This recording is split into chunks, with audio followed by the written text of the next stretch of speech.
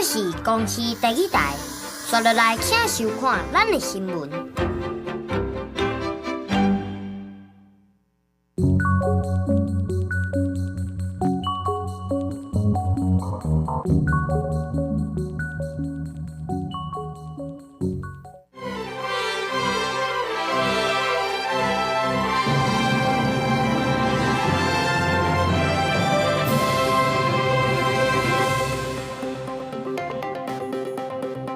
各位观众朋友，大家好，欢迎收看10月11下晡新闻，我是陈吉安。先来看今日新闻重点。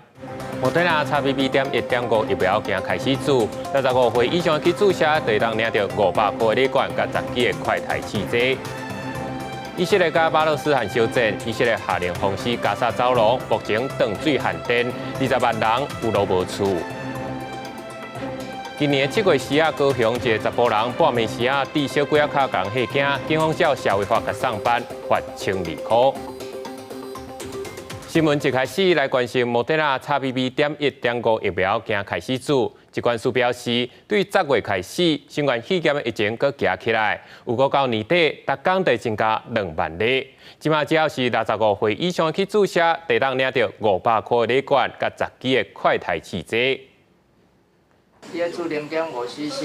做一针就会当预防感染新冠病毒。60外岁干先生一直真注重养生，逐工拢会有运动的习惯。为着降低新冠病毒威胁，伊早起运动完，就赶紧到诊所做新冠 XBB 疫苗。早上刚好看到报道新闻，有报道这一则，有疫苗可打，我刚好路过这边，那就顺便进来打了。莫德纳新冠 XBB.1.5 疫苗在1起开放全民注射。医师表示，新冠病毒并无消息，佮一直咧变种。目前国内外流行的变异株都是 XBB。注疫苗会当预防感染，甲感染了后并发重症死亡的风险。尤其秋冬是新冠甲流感病毒真爱发作的季节，各行业做过一定爱注流感甲新冠疫苗。特别是那些高风险的病患。年纪大的，本身有慢性病的，免疫力不全的，这一种呢最好打一下比较好。疾管署表示，10月起，新冠疫情开始升悬，病例数明显增加。有估12月底达到高峰，到时阵，逐工大约有增加2万例病例。那为着推出注疫苗人，65岁以上的长者，只要注新冠疫苗，就会当得到500块的礼券，甲10支的快台剂。记者综合报道。2023玉山论坛今开办，前美国驻联合国大使克拉夫特嘛特别来到台湾来参加，展现友台立场。也那总统蔡文是表示，爱加强区域同伴合作，向全世界来发声，台湾是安全、值得信赖的朋友。2023玉山论坛11在台北举行，今年主题是为亚洲发展开启新蓝图。因为疫情解封，真侪国重要的政治人物、和友邦诺鲁的总统拢亲身来参加。总统蔡英文嘛强调，爱加强区域伙伴的合作，嘛会当甲世界讲台湾是安全、会当信任的伙伴。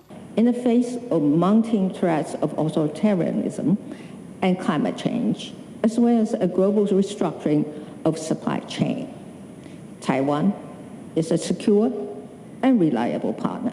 I am here to assure you my belief in the firm U.S. commitment to Taiwan's defense. I was proud to support our commitment to Taipei during my service. 前美国驻联合国大使克拉夫特嘛受到邀请来参加。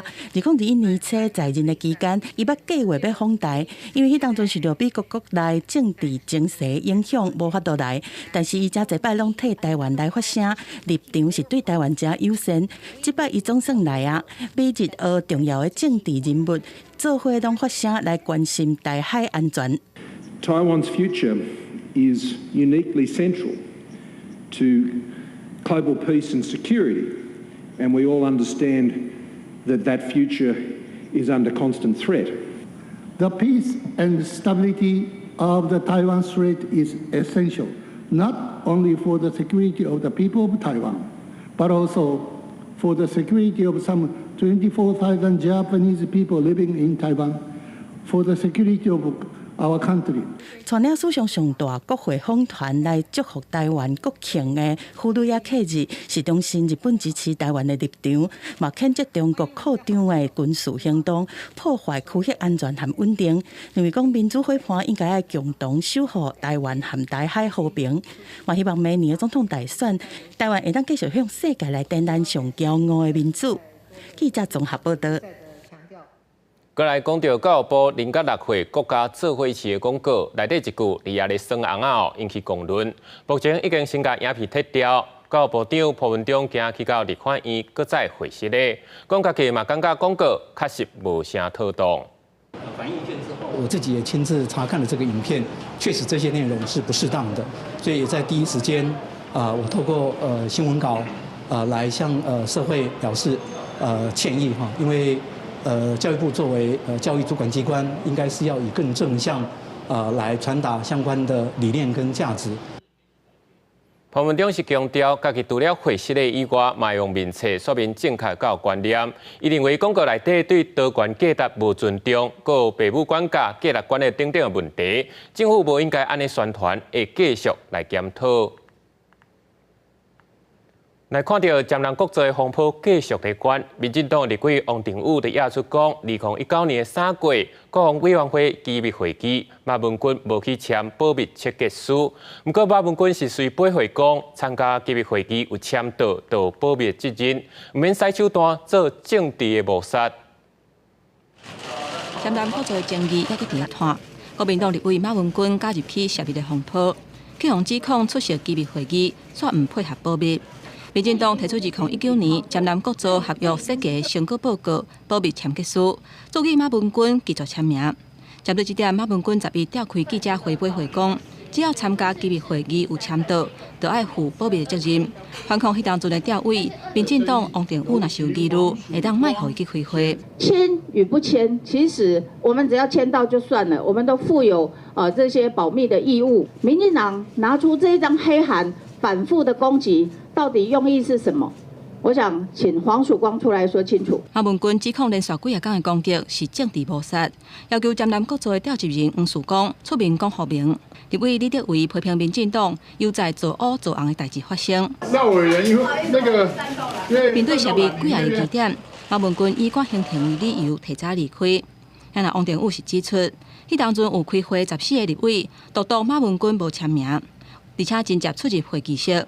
关注的内容不是打造江南困难点，是出席会议人员的背景。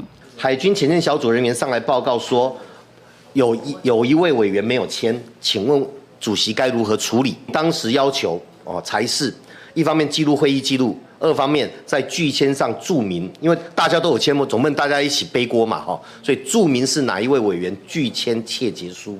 国民党团甲马文君乌烟，强调保密依法办理。那民进党团是指控马文君一再讲白贼，江南国造涉密真做拿着攻防的焦点。体育会主委房世宽认为讲，江南国造起造是真困难，应该爱互黄曙光发声。黄曙光能够把这件事情做成功了，给他一点掌声嘛！全世界哪一个国家的武器发展第一次就能够完美的？房世宽表示，甲马文君并无私交。案件已经进入司法的庭书，交予司法来交代。记者综合报道。地方的消息来看到，桃园市复兴区的嘉惠里，对9月开始，厝内的大不时拢咧停电，那有住户厝内电器拢歹去，阁有民众指控讲，因为安尼造成火灾。针对这不满，台电是保证会赶紧来做山区送电的改善工程，这问题应该真紧就会当解决。外面内底变数小甲贵的臭火搭，桃园复兴区开会里半暝失电，有里面因家发电机无油，车备半暝2点找无手电仔，囡仔点蜡烛去变数，无细字煞造成火灾。加在老母拄好要起来泡牛奶，发现变数导火，赶紧报案，一个火压8个人赶紧走出来。看窗户那个火焰，然后就有烟又跑出来，然后我就赶快叫大家全部叫起来，更换这些比较旧的电线，或者是中间的自动跳电系统，是不是要加码加多一点哦？如果一旦一个点停电之后，后面不会说影响的户数太多。复兴山区9月到10月，甚至国庆连假几夜届停电甲复电，造成部分的家电用品损害，还佫发生火灾。山区的居民是真无奈嘛，真生气，希望台电赶紧提出改善措施。也若台电表示，开会里通报停电，就随做处理，而且半暝1点电就来啊。不过嘛讲，山区宽人较少，用电甲配电的线路较分散，会影响修理甲复电的效率。答应会赶紧办理山区供电的改善工程。今年夏天以来啊，复兴山区停电事故主要的因素啊，是因为有宿主、鸟兽碰触我们的配电线路，以及民众在打猎的时候误击我们电缆线。台电桃园区处表示，接到停电通报，拢伫第一时间派人去修理。为了强化复兴山区电网的韧性，提升供电的稳定度，除了加强线路的巡视，嘛设置赶鸟啊、赶动物的设施。针对罗马公路配线电路，按算伫今年年底增加5大自动化线路的开关，加速各种的侦测、隔离甲复电，缩小失电的范围，提升修理的效率。记者综合报道。前一阵啊，小犬风台算灯甲分林的农作物隆重扫倒，官府初步统计财损有超过5000公顷，损失有到2亿3000万。也若风灾了后，有农民是还未等到补助的公告，就已经赶紧去订正，就是惊的死狗会买无菜栽，连生果都出问题。风灾过后，分林的农民无用的订正田，因为这摆小犬风台透强风，后真侪农作物出现因地性灾害。设立种花菜农民就讲，虽然还未等到灾害补助公告，也是爱赶紧验证。我们卡到，如果我们放着不动的话，等他来，他不知道哪时候会来，因为他有好多地方要去看。等他来的时候，我们已经太慢了，苗我们可能去买苗之后都买不到了。毛种花野菜农民讲，因为风灾过2-3天，都砍栽能源损失。不过，这摆袂少菜色拢出现因地性损失，应该会全面地做补助区域，这要互农民造成困扰。做透风了，翻灯2天、2、3天就开始顺啊。啊，即摆都今年拢无顺，啊无顺都之后只都会多济啊。根据分林县府农业处统计，这摆受到小犬风台受损的农作物已经超过5000公顷，其中以土豆、番麦甲菜色等上严重。希望中央会当赶紧公告天然灾害救助计划。截至10月11号为止，我们的农损已经高达2.32亿元，所以云林县政府在10月6号就已经函报中央农业部进行全面性的天然灾害救助，希望这次农业部能尽快核定。农业处表示，农民会当先以农产业天然灾害现地翕相 App 加记录团起嚟，若针对因地性损害，若无法度为外观来看敢有受损，会当第3个月来登报，才个认定公告。记者王伟雄回应报道。国际货币基金收讲今年台湾的 GDP 到0.8%，各界嘛真关心，敢会阁继续降。主计长朱德明是表示，这就要看咱的出口是毋是有较好啊。今仔即马以色列甲哈马斯咧战争，敢会阁引起通货膨胀？朱德明是讲，这甲罗西亚甲乌克兰的状况无同，应该无啥物影响。国际货币基金 IMF 调整台湾今年的 GDP 降到0.8%，引发立委的关注。在去行政院主计长朱德明伫立法院财政委员会表示 ，GDP 敢是会降低，也要看国内出口的表现。预测会不会有再度下修的可能？就各项的指数来看的话，因为事实上9月份的出口啊，我们是应该会往好的方向发展。希望到年底的时候，这几个月我们出口的时候也会往好的方向发展，会有一个比较不会那么再往下走的趋势。9月份消费者物价指数 CPI 升起到2.93%。即马国际上各爆发以色列甲巴勒斯坦的战争，外界烦恼讲，地缘政治风险加悬，可能阁一届引发通货膨胀。针对这点，朱德明表示，以巴战争甲罗西亚、乌克兰战争无啥共款，因为罗西亚是石油的出口国，乌克兰是真大的物资生产国，敢会进一步影响到通货膨胀情势关键，要是国际油价安怎变化。以巴冲突，再加上乌俄战争，等于两双重战争的影响，卷入的国家有多少，以及它的时间会有多长，那比较影响的，我个人认为是可能会油价。朱德斌强调讲，台湾对伊巴的贸易量有限，去年台湾外销以色列占0.2%，出口的金额是11亿美金，主要的产品是电子零组件甲资通信产品，进口是占0.5%，金额差不多是21亿5千万的美金，主要的产品是光学的精密仪器。主计总处11月份发布经济预测的时阵，会看上新的情势重新修正。咱若行政院稳定物价小组，原则上3个月开一届会，会看情形随时机动开会。记者综合报道。前一阵啊，国内咧欠粮、进口粮的争议不断，未少人甲问题指向畜产会执行不力。透早立法院经济委员会邀请相关单位来专案报告，审计部就指出，畜产会有真侪项计划咧做，成果拢真歹。农业部嘛承认，未来若要进口鸡卵，就免一定落爱政府来做，会当透过降关税来互民间进口。专案进口鸡卵引发真侪争议，农业部长陈吉仲、中央畜产会董事长林聪贤拢总落台，外界质疑进口卵的两年长期，入期甲产地写唔对是畜产会的责任。农业部长期补助畜产会推动业务，到底效果如何？审计部指出，两个冷链设备，包括冷藏库、冷藏车，拢无达到计划目标。补助传统的猪肉担甲运输车添温控设备，也拢做袂好势。那到目前为止，我们所预估要做的也没有办法去达标。有关这届专案进口鸡卵的执行效果，审计部表示要替农业部说明。进前政府为着稳定物价进口鸡卵，结果煞引来批评。对此，农业部也讲，为了评估要调降关税，以后无一定要甲即马同款，由政府来进口鸡卵。不一定会再跟现在一样由政府单位，不一定全部都由政府来做了哈，也许可以透过关税的调降，由让民间来做。关税调整的部分由贸易商进口，因为贸易商就依照它季节性的需要的时候，特殊专案的方式，但是让民间去做处理。对，我们会朝这个方向去做哈。农业部指出，这届除了政府专案进口鸡卵，其实民间也有家己进口，数量6000万粒左右。强调进口鸡卵伫国内产能恢复的时就袂供应，主要也是要保护国内的卵鸡产业。若是进口卵过期，就必须要报销，这嘛是不得已的手段。不过会伫过期进前，尽量加工作液体卵，互保存的期限会当延长1到2年。记者台北报道。经济部教育局为了要解决全国需要废弃物处理设施不足的问题，规划要去增订焚化炉。当地民众认为，江滨地区的焚化炉已经起甲收窄，而且佫违法动工。今日就当面向新就任的环境部长施富成来陈情，要求撤案。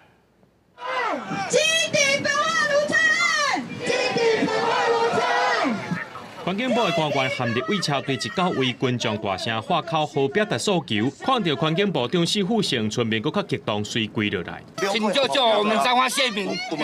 请起立，有起立，谢谢。请救救我们彰化县民！中华沿海的民众含有是渔民，在探到立法院维权委员会会同环境部去到防疫焚化炉视察机会，强烈表达诉求，成为因不满彰化鹿港的江滨工业区被设一座新的增订事业废弃物焚化炉。白中河，个燃料轻，加沙已经沿海地区居民已经肺腺癌已经有够严重啊！彰滨工业区目前如果封闭起来是8支烟囱了，就不应该再来这个烧这个工业废弃物，又不是烧我们彰化县的。经济部工业局规划要伫咧鹿港江滨工业区起资源化处理中心，解决事业废弃物处理设施不足的问题。不过，环保团体和当地居民反弹，认为彰化地区已经有9座焚化炉，其中江滨就6座，要到5成处理外县市的事业废弃物，这密度实在上过悬。而且厂商无摕到建造，说伫咧今年3月违法动工，居民是无度接受。这个年底它就要运转了，现况就已经有这么糟糕了，如果再这样运转的话，那后面还要几座焚化炉，真的再商转的话，我想彰化真的很惨。彰化乡亲的声音啊，我们会来聆听，那同时也会带回去跟部里、跟行政部门大家共同来研究。施富成表示会和地方进行沟通，希望达成共识才来做。不过环保团体要求年底就要商转的防疫焚化炉，必须要加强地方监督机制，若无就要停工，正定也要撤案，若无会抗争到底。记者综合报道。国内诈骗案是愈来愈猖狂，警方敢若是今年1月到8月，就掠买9万人，甲去年同期来比，就加买超过1成。不过，到立委咧即期其中起诉的颠倒敢若2成1，各位立委是建议应该提供受害者家己的身挂贷款。法务部是表示会搁再讨论。大一张啊，可是你还把赃款拿来使用。接单赶要送餐，半路去互抓落来。一个姓陈的外送员去互诈骗集团献大耳，伊的口座去互歹徒摕去洗钱，伊去一个转甲口座内底压榨钱全部领出来开了了，颠倒互伊变作是共犯。这类诈骗的案件，为今年1月到8月，检方抓到11000多人，比去年同期加10%。不过立委这期讲，有起诉的比率敢若有2成1。诈欺罪案件终结这个起诉比例只达到21.9%。很多诈骗的案件他查获的都是车手或是被收买账户的被冒用账户的，所以最后检察官侦查的结果认为他也许他也是个被害人。检方哪侦办哪入金流，协助受害者把钱讨回来。今年甲去年来比，查扣不法所得增加超过44%，有甲钱还予受害者的嘛成长123%。不过，这个恐惊敢若是见皮尔。道立委提议讲，希望政府提供家己的生活贷款，予诈骗的受害者。现金被诈骗完了之后，造成他们生活困难，是不是有一个对于这些被害人特别的生活费的贷款？你要像这边他的建议是，予我100万低利贷款啦。受害者权益保障法服务的对象并无包括诈骗的受害者，就算有财务损失，嘛无伫咧保护的范围内。面对立委建议提供贷款，法务部答应讲会个建议。记者综合报道。超工创治若唔知影好准则，就可能会犯法。就伫咧今年7月时高雄有一个查甫人，半暝咧伫白骨腔死的民居，伫咧西雅湾附近要甲人吓惊。警方接到有人报案，照社会法共上班，最后嘛甲罚1200块。穿蓝色的衫甲牛仔裤面顶缀一个恐怖的面具，高雄林姓男子8月20日半暝3点外，用这个打扮去西雅湾提花行游客。人家贴文是说好像是外面的民众。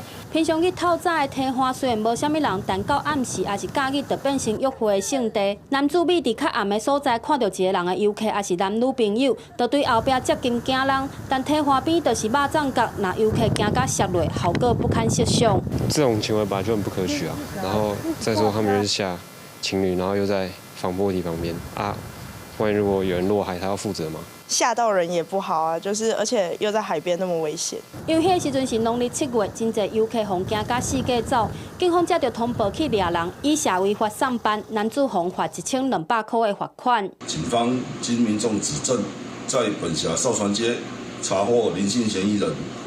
林男虽辩称无吓人之意图，为报案民众指证立例。警方依设置法63条1项6款，移请裁处。万圣节特别到这款惊人的面具伫光头白去看无啥物，但若摕来恶意惊人、危害别人的安全，就可能涉犯社违法，会使处3天以下的拘留，也是3万以下的罚款。提醒民众要惊人，千万唔通收超过，以免违法。记者陈焕武、陈显坤高雄报道。伫咧花莲的东华大学最近成功甲原本的招待所东华会馆改做旅社，挂包互人经营，将做全国第一间学校会馆变旅社案例。未来唔但会当招待学生甲家长，各地观光客嘛会使来住。花莲国立东华大学占地251公顷，是全国面积上大的大学。因伫受风乡较偏僻，附近是无啥物所在通住，学生家长来遮也是学术单位来办座谈，定敢若会当住伫学校的东华会馆。像我自己的家长来的时候，其实也是会蛮烦恼住宿问题，因为附近其实还是需要找这样。不过学校的会馆也是招待所，是无一定符合旅馆的使用。为了符合立法院105年相关机关一组套房的法规，东华大学10当前向花莲县府申请变更执照，成功对 H1的招待所变更做B型的旅馆业。原本是只能做跟教育目的有关系的招待所，现在呢，它可以供作这个不特定人的这个旅馆使用。那当然就是未来会有一个经营的模式啦。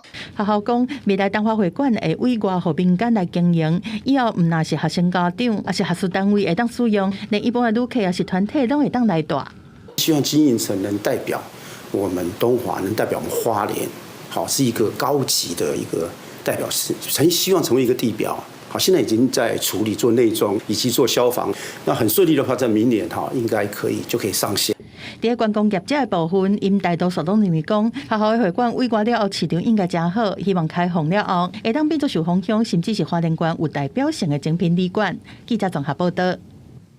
台湾有120万个新兴障碍者，大约是占总人口的5%。台湾自2014年就实行联合国新兴障碍者权利公约，其中强调国家有责任支持新兴障碍者过有尊严的生活。不过有团体就指出，台湾照顾新障者政策无够，目前所看到的4个总统参选人也拢无提出相关的政见，应该详细来检讨。这新疆团体11伫立法院召开记者会，总统大选时间愈来愈晚，新兴障碍者占台湾总人口5%。因对台北城市的总统参选人发声，要求提出照顾新兴障碍者的政策，落实联合国的新兴障碍者权利公约 CRPD。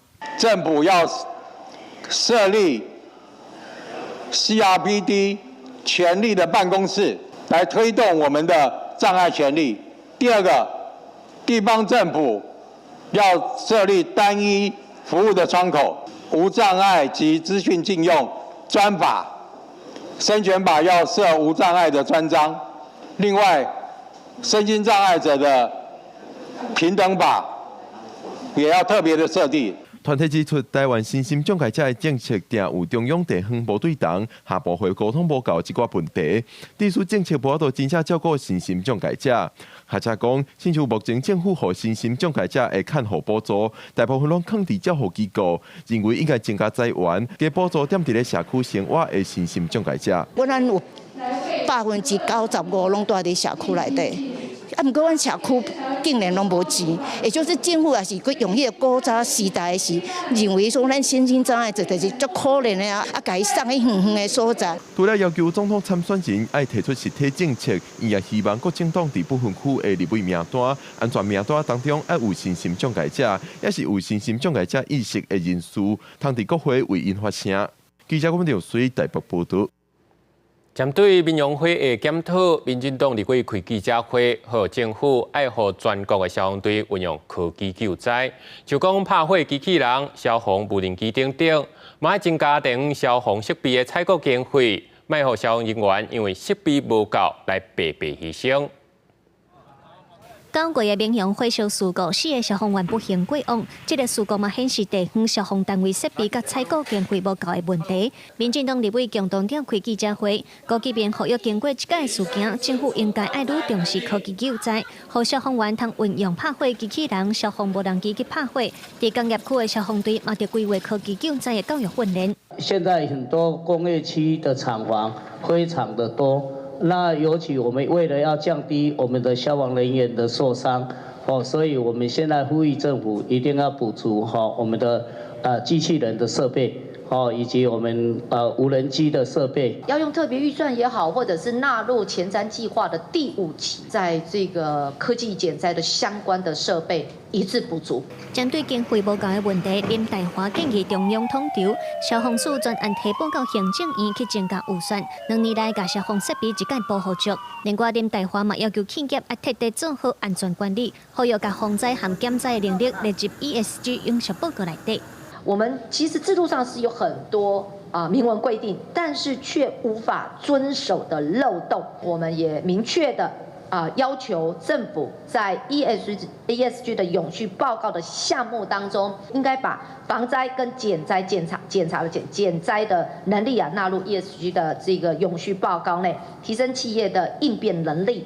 最后，立委刘建国是建议毒化署和消防署未来要积极合作，和消防员的训练救灾设备，包括第一时间通将个火场资讯爱愈较全，才袂互珍贵的消防人力白白牺牲。另外，针对民用囤过量的危险物品，到底安检到位有哪够，嘛会伫立法院继续监督，找出真相，互消防基层一个交代。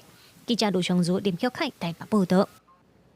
总统蔡英文2016年提出8年20万户社会主体政见，即马任期就要满，外界佫开始咧关心明年的总统大选，参选人的社会主体政见要安怎来发？透早主体联盟就提出社会主体6大方向，包含多元经营、增加财源等等。嘛讲未来无论什么人来当选，嘛会继续来监督。社会主体两关日起，都是为着要达到总统蔡英文8年20万户社会主体政策的目标。不过，2024年总统就要换人做。主体联盟针对总统参选人提出社会主体政策来做分析。其实对于边缘弱势或是青年群体，其实是不太符合所谓的可负担精神的。那所以我们主张应该要以住户实际的收入来订定就是租金的分级，然后并且要同步建构永续财务的机制。主体联盟认为讲，3大参选人包括赖清德、郭文德甲侯友宜，拢有意愿继续起社会主体。不过现阶段来讲，台湾的社会主体也有6大面向要来拍拼，亲像建立社会主体多元兴办模式，透过规范都市开发，提供社会主体或者是强化奖励民间兴办的机制。推动的过程当中，有关社会主体营运要以地方为主，中央为辅。卫福部嘛爱同意强化社会主体居住福利的计划，透过这6大面向的改革，和社会主体政策会当久久长长。的确有一些个别的议题，可能有些候选人是没有直接的回应表态，他可能是用一个比较间接的方式来去陈述。3位候选人在这个6个主张上，我们可以说有点是大同小异。无论是虾米人当选总统，主体联盟认为讲，继续推动社会主体是后一任总统无法度走闪重要的议题，才袂互社会主体变作是口号尔。记者综合报道。国际上要紧来看到以色列甲哈马斯的相战，影响到制药啊产业。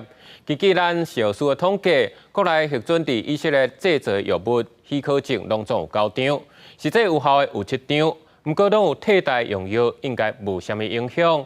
药师工会是认为，假使这证书若拍了伤久，药品供应就可能会出问题，应该要提早准备好势。这款是以色列制造的阿兹列特定，是专门用来治疗原发性的帕金森氏症。即马以色列是互哈马斯毒袭，战火继续升温，嘛互外界烦恼讲，国内药品市场会连带受到冲击，开始欠。目前来讲，它都是所谓的学名药。不是原厂药，好，所以相对这些原厂药，台湾本来就有在供应了，好，那不受这个战争的直接的影响。那其他这些学名药，其实台湾的药厂也都有生产。小数第一点了统计，国内目前核准伫以色列制造的药物许可证拢总有9张，实际有效的干那7张，拢是合并药啊，嘛拢有替代的用药，暂时未去影响到个人的用药。分别为皮肤感染的局部治疗药品，如针菌感染的癣症、湿疹等，以及原发性帕金森氏症、复发型多发性硬化症等用药，均有替代药品。药师讲，台湾拢有共成分、共剂量、共剂型的药品会当代替。不过药师嘛烦恼讲，以色列有全球上大的合并药药场，供应全球合并药的原料，假使若战线久长，连带台湾的供应拢有可能受到影响。那假设原料的买不到原料，那台湾假设没办法自己制造这些学名药的原料的时候，那相对应就会影响到可能半年1年以后的药品的供应。在战争的状况之下，上烦恼欠药品，虽然第一时间无造成冲击，但是药师工会嘛希望讲，是药师会当先准备好，提前来点算合并药的原料，避免来出现欠药的危机。记者综合报道。今日这以色列甲巴勒斯坦的战火造成双方已经将近2000人死亡，几啊千人受伤。以色列下令封锁加沙走廊。联合国指出，目前加沙是断水限电，20万人有路无厝，建筑物嘛严重受伤，其他人无法度去读册，国际运补嘛运袂入去，加沙民众面临欠粮、欠药、欠物资的人道危机。从安地伫加沙好好避难的巴勒斯坦学童，听到数节个都过以色列战机拢发出声来，就算是地上感人的时刻，细汉的囡仔同款耍同款笑，想起前摆就看到火箭来13岁伊斯拉讲也是真惊。يعني كان حرب فجأة ان احنا ما عرفناش كنا طالعين على المدرسه اللي هو بيجي الصاروخ على البحر。伊斯拉一家人从安地伫联合国救济工作署伫当地设立的学校避难，小小一间教室平均客至30人，除了无法度好好困，洗身躯去便所也成问题，水甲食物更加是无够分配。 عايشين بشكل رعب جدا جدا جدا يعني مش عارفين ايش اللي بيصير فينا قاعدين ولحتى اللحظه هذه 哈马斯提起突袭以色列，造成平民死伤惨重。那以色列动兵回击，造成加沙建物甲交通严重毁损，当地学校甲医疗设施也无法度避免。联合国指出，加沙大约有20万人，相当1/10的人口。 有路无厝，以色列对加沙下达全面围城令，居民防限电断水。那人道救援组织也因为道路中断，无法度运送物资，规个加沙亲像孤岛，居民处境真危急。 This risks seriously compounding the already dire human rights and humanitarian situation in Gaza, including the capacity of medical facilities to operate, especially in light of increasing number of injured people. 联合国警告，以色列的围城令危及平民的生命安全，明显违反国际人权法。那以色列伫初九征调30万后备役的军人加入军队，初十伫法国巴黎机场出现坐飞机前往以色列的人潮，以色列航空甲以色列航空继续前方疏运。公司新闻张淑芬编译。 全球极端气候范围今年的高温是直创纪录。不过，根据上新的研究，湿佮热的天气比单纯的高温更加危险，因为互咱人失去散热的功能。只要是地球温度比工业革命进前加3度，全世界都有15亿人面临风险。 根据美国这礼拜公布上新的研究显示，讲因为造成的气候暖化，已经让全球各大城市关湿热的天气形态会继续增加。那地球的气温比工业革命进前是悬摄氏3度，全球会有15亿人会面对送病院的风险。若搁悬摄氏1度，受冲击的人就会加倍。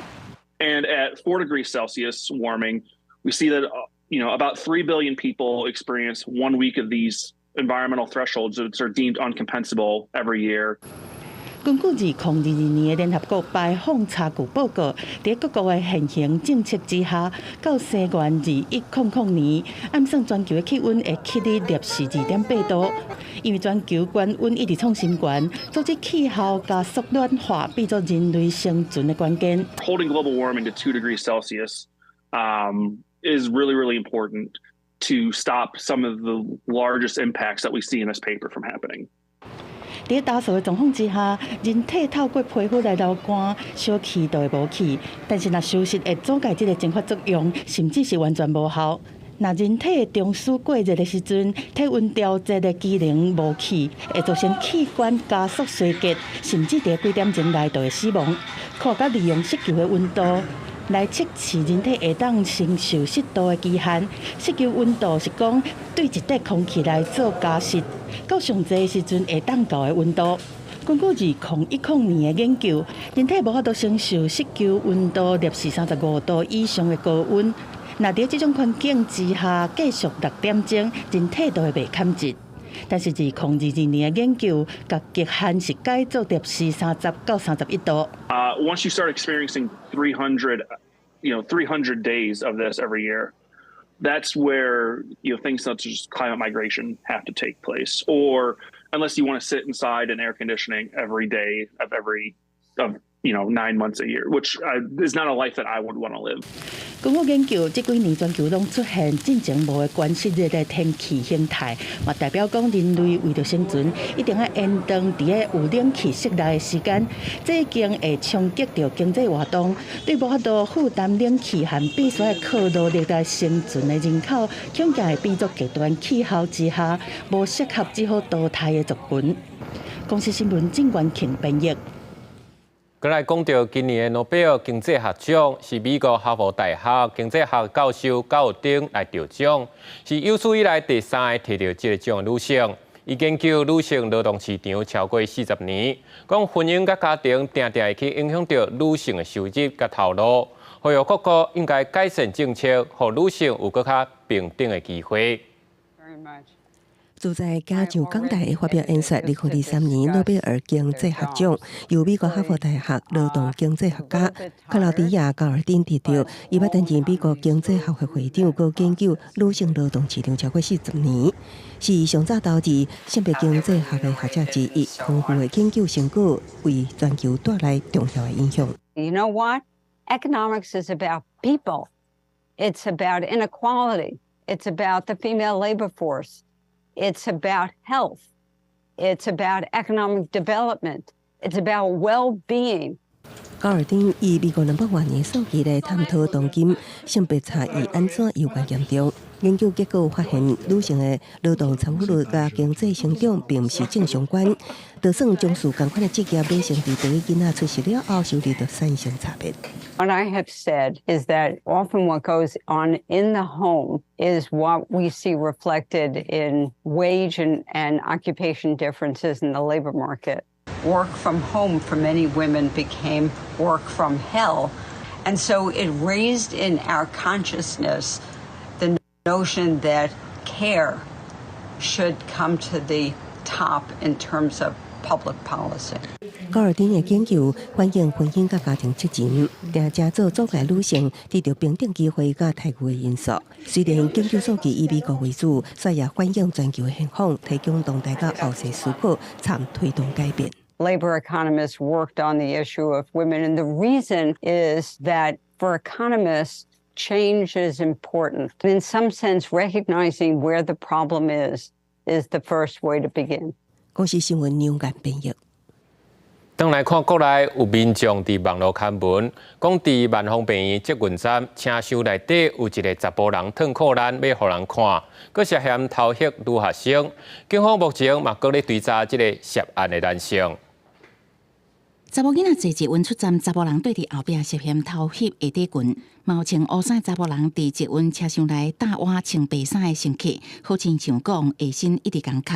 台北捷运不时传出性骚扰，即马阁有网友讲，下班尖峰时间伫捷运的车厢内看到有查甫人下身规组并出来。网友 PTT 文章讲，七日下晡4点外，甲查某囝为万丰病院站上车，边仔徛2个女高中生。捷运尖峰时段，车内有一个查甫人愈来愈晚，伊用手机开翕相功能，因为伊看到这个查甫人真不顺，下身规组拢并出来。而查某囡仔的尻川皮愈来愈晚，惊到这个变态，就用手机拍字叫学生囡仔离较远的。经联络当事人，其表示无法前往观看影像及指认这名涉案男子。且不愿提出性骚扰申诉告诉。亲像这种妨害风化案件，今年前9个月，台北捷运发生2件，性骚扰案件嘛超过20件。即届接到报案，警方调阅相关影像甲票卡，积极侦办以外，嘛加强巡逻。按过目前为止，也无抓到涉案的查甫人。遇到的话，我应该会假装没看到，快点跑走，这样就是先报警，先通知有没有保安来。坐车拄到不顺的查甫人，民众的做法拢无同。雷英基金会是建议避免用话加刺激，不管是当事人，或者是说这个重要他人收证，然后让他进入司法，让他知道这个后果。辅导团体是讲，在安全的情况下，爱释怀搜查证据报案，用法律来约束，让性犯罪加害人清楚乌白三字，爱付出代价。记者综合报道。再来看到高雄铁路地下化通车了后，沿途的高架桥差不多拢拆了啊。最后一座用47年的九如桥，嘛要伫11月时拆掉，重新规划改起一座新的，按算2026年特别完工。来来往往的车辆拢准备要上桥，北高雄的民众拢未拆分。这座9如6桥已经有47档历史，桥体是下过爱河甲原本铁路轨道，因为6桥本身就较悬，嘛有当地民众表示讲，开车时阵拢会较危险，认为拆除了后会较安全。路比较弯一点，所以我那卡上呢现在有点晃，会比较不好骑。车会较好骑，就是。至少没哪里弯来弯去啊，就是一个桥有一点高度，有一个转弯，我们会觉得不该好看。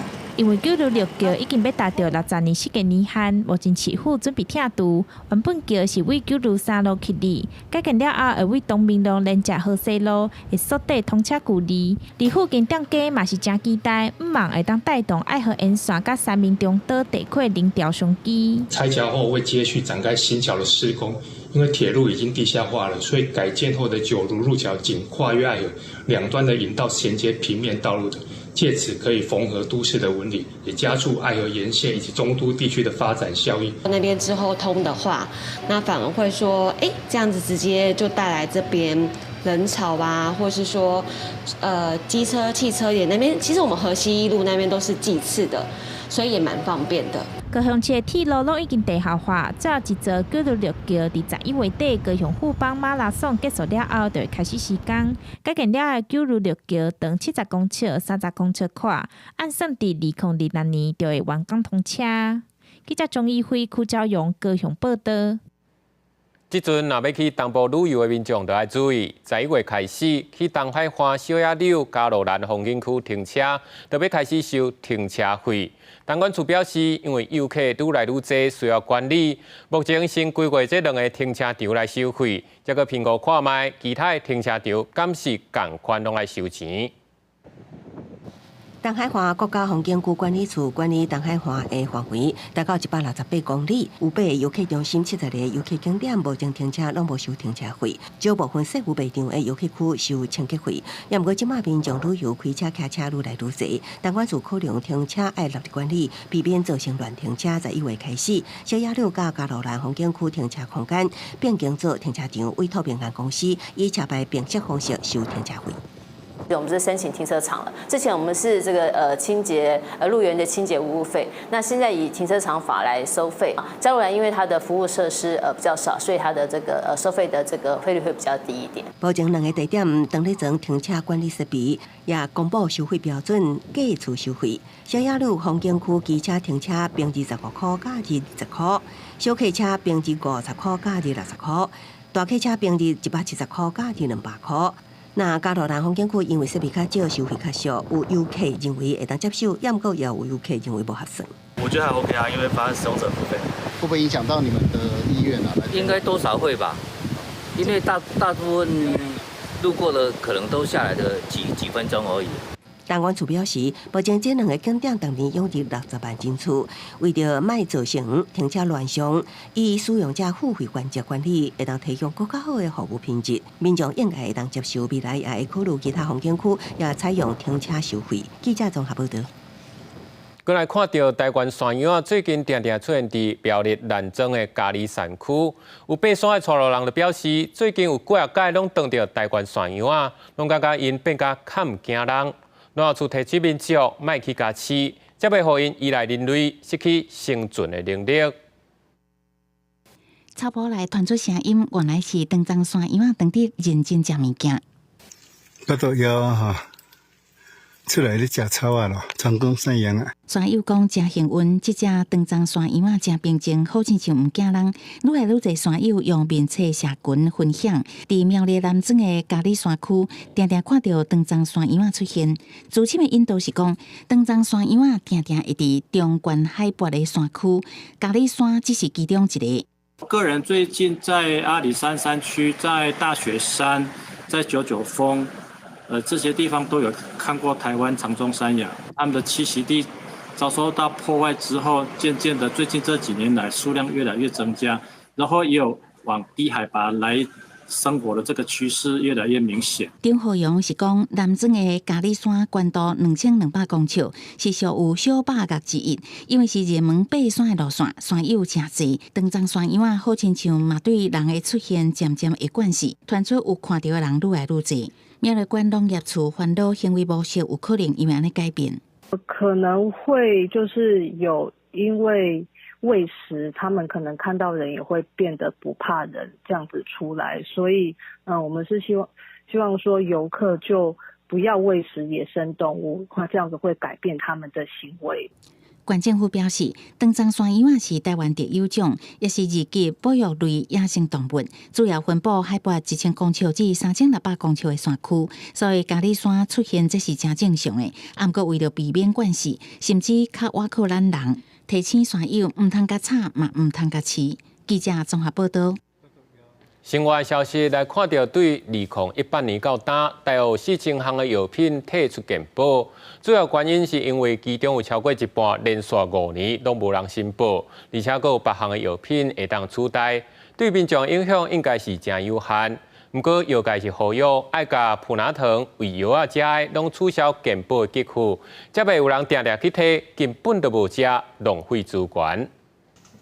就是这种会当舒缓大目症状的灵感目屎药品，对联点眼液，去年健保使用超过200万元，也过所传出今年底会退出健保改做自费，对此有药师认为，类似这种指示药品应该全面取消健保给付，才会当将有限的资源用在应该用的所在。健保不给付这一块，这种小病，其实民众到药局直接去跟药师来做咨询，来购买一些成药、指示用药，相对对健保的整个体制来讲，相对也是更好的。根据卫福部健保署统计，药品退出健保上大原因有超过50%是因为连续5年以上无健保申报量取消支付。另外，许可证过期无登验注销，厂商建议取消健保支付，甲无生产也是无数值达5年等原因。为2018年以来到打，已经有4000多项药品退出健保。健保核价太低的相关性不大，它主要都是厂商自己的营运模式的改变，或者制造厂的变迁，或者是说他觉得在市场的占率已经不高了。健保署强调，当药品过专利期，含药药陆续上市了后，继续就会讲。那有药品要退出健保，健保署也会评估替代药品影响因素等，佮加以应用。另外，药界提议，像普拿疼、胃药等指示药品全面退出健保，目前各界犹原在讨论阶段，还未达成共识。记者综合报道。文化新眼界讲到10月，就是台南的文字季。文字处办真济活动，包括互民众了解逐间庙的历史，嘛实际体验抽邮签。行政局就表示，因庙里的邮签已经有360首，是全国保生大帝庙上界多。每一个学员手提学习单，那听导览员讲解，那找找临媒答案。每一间宫庙就那亲像博物馆，为了要让民众充分的学习，台南市文资处运用北区公所、参清华大学所开发的教案，伫咧树顶行政局办现地教学课程，除了带学员入捌历史悠久的牌匾、门神甲壁刀，另外嘛，互因实际体验抽邮签的文化。文资处办的这个活动，然后就是可以让专业的人来带领孩子，就是能够用更深入的角度来看，透过跟这些场域的互动，然后你真正去亲近他们、认识他们，那透过一些比较活泼有趣的一些数位体验啊等等的，让你就是重新去了解说，他过去可能曾经其实是这样子一个脉络而来的。先向大道公禀报了后，手放伫咧按道用香10秒，到尾才开始抽签，就要3个上杯才准算，这就是抽邮签的过程。这项传统文化到达上百档，庙方表示传统邮签敢若330首，在地中医师高国钦发觉现代有真侪文明病，用10档去研究收集，佮跋杯清洗，落尾替庙加增加30首，嘛弥补这100档来邮签文化的短暂。百姓对宗教的信仰除了这个精神上以外会辛苦病痛，嘛是会来找保生大帝。咱保生大帝拄啊是这个医神。所以对医药方面，我也是真内行。小记讲也得神也得人，庙方提供抽邮签的服务，互民众会当心安。不过嘛建议讲，身体若是有各样，嘛是爱找医生甲特动。文资处伫文资会办一系列趣味佮轻松的活动，希望互民众用不同的角度来看本土文化的面貌。记者李成武台南采访报道。英国皇家食物园公布一份报告，科学家预测世界上有超过75%的食物已经强要断种，连开火的食物嘛有50%有同款的命运。含名号自英国维多利亚女王的大红莲，甲全世界上细的古石莲、卢安达诸如古石莲，即寡变贵也是已经灭绝。和英国皇家园艺家和药成功的食物，拢收藏伫英国历史悠久的皇家食物园区园内。七十军方公布最新的研究报告，2023年世界食物价真困情况，佮预测世界上超过75%唔知名，也是还未发现的食物已经面临灭绝的威胁。也有我50%已经知影开火食物也面临同款的威胁。9 out of 10 of our medicines come from plants. So if we think about half of our future medicines no longer being available to us because those species have gone extinct, that's the level of threat and level of impact that it could have on humans in the future. 食物会当做成药物、生物燃料加食品，若无食物，人类会无法度生存。在2016年第一份的世界食物状况报告就指出，食物的自然生土地，互人类改造农地，也是随意草料，已经互全球1/5的食物面临灭绝的风险。若情况无改善，食物灭绝的程度会加重。公司新闻新闻部编译。下晡晡天气啥款？咱来看详细资料。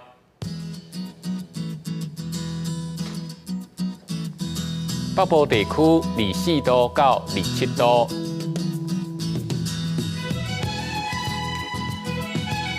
中部地区26度到31度，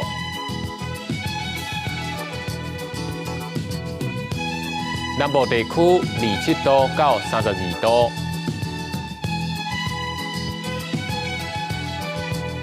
东部地区24度到29度。外岛地区21度到27度，还有未来3天的气象。